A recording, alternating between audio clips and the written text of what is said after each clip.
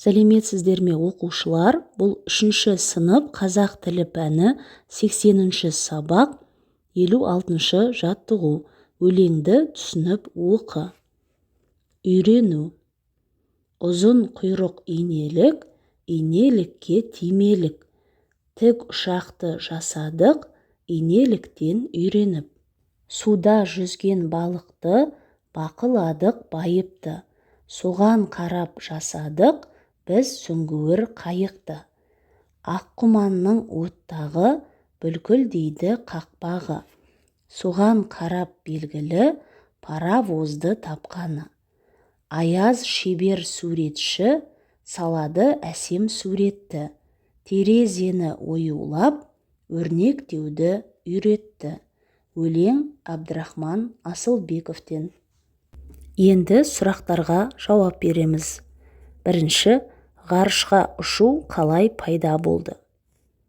Ғарышқа ұшу инеліктерге қарап пайда болды. Екінші, адам қайықты қалай ойлап тапты?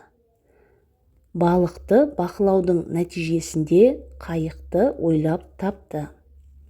Үшінші, бұл мәшинесі қалай дүниеге келді? Аққұманның оттағы бүлкілдеген қақпағына қараудың нәтижесінде бұл мәшинесі пайда болды. Адам табиғат құбылыстарынан тағы нені үйренуі мүмкін екенін топта талқыла. Өлеңнен тәуелдеулі сөзді тап. Сол сөзді 3 жақта жекеше, көпше түрде тәуелдеп жаз. Өлеңдегі тәуелдеулі сөз ол қақпағы. Енді сол сөзді 3 жақта жекеше және көпше түрде тәуелдеп жазамыз. Бірінші жақ жекеше түрде менің қақпағым. Көпше түрде біздің қақпағымыз. Екінші жақ жекеше түрде сенің қақпағың. Көпше түрде сендердің қақпақтарың. Сыпайы түрде сіздің қақпағыңыз, сіздердің қақпақтарыңыз. Үшінші жақ жекеше түрде оның қақпағы. Көпше түрде олардың қақпақтары. 57-ші жаттығу. Сөз жұмбақты шеш. Бірінші, құйрығы айыр құс. Ол қарлығаш.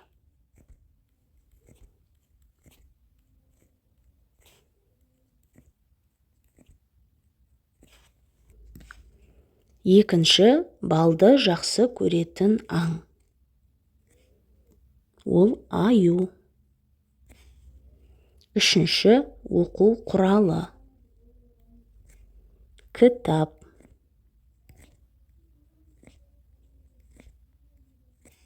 Төртінші, қысы жазы жасыл түстегі ағаш. Ол шырша.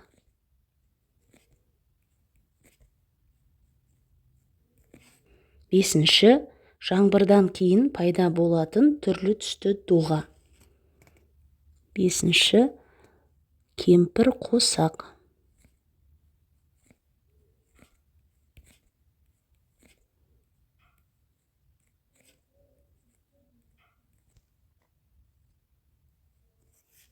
Сөз жұмбақтың шешуіндегі сөзді тәуелдеп айт.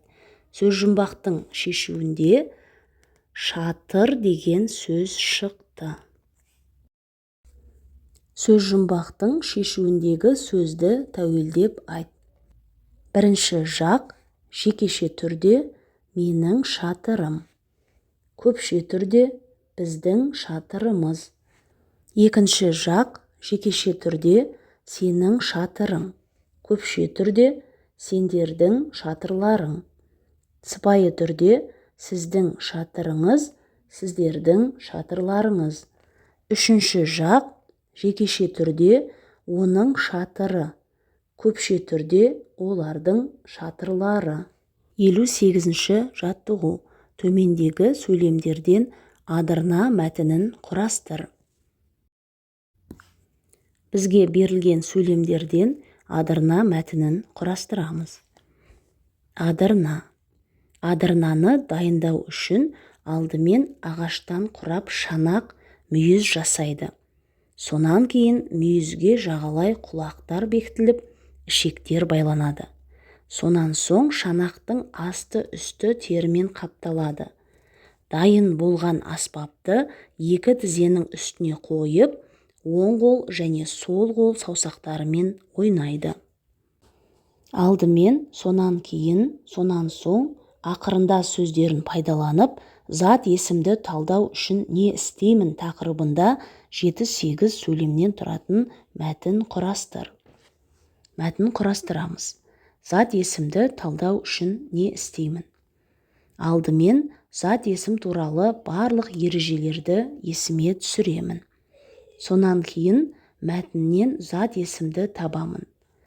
Сонан соң негізгі зат есім немесе туынды зат есім екенін ажыратамын. Ақырында зат есім болған сөзді талдаймын. 59-шы жаттығу. Берілген тақырыптың біреуімен хабарлама жаз. Бізге 2 тақырып берілген. Біреуі зат есім туралы не білдім, екіншісі сөйлеуімізде зат есім қандай роль атқарады. Бірінші тақырыпқа хабарлама жазамыз. Зат есім туралы не білдім? Зат есім заттың атын білдіреді.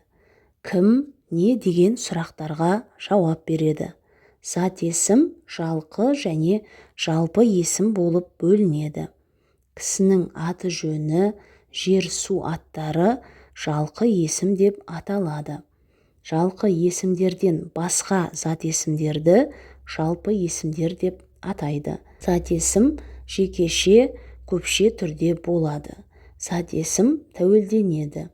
Негізгі зат есім және туынды зат есім болады.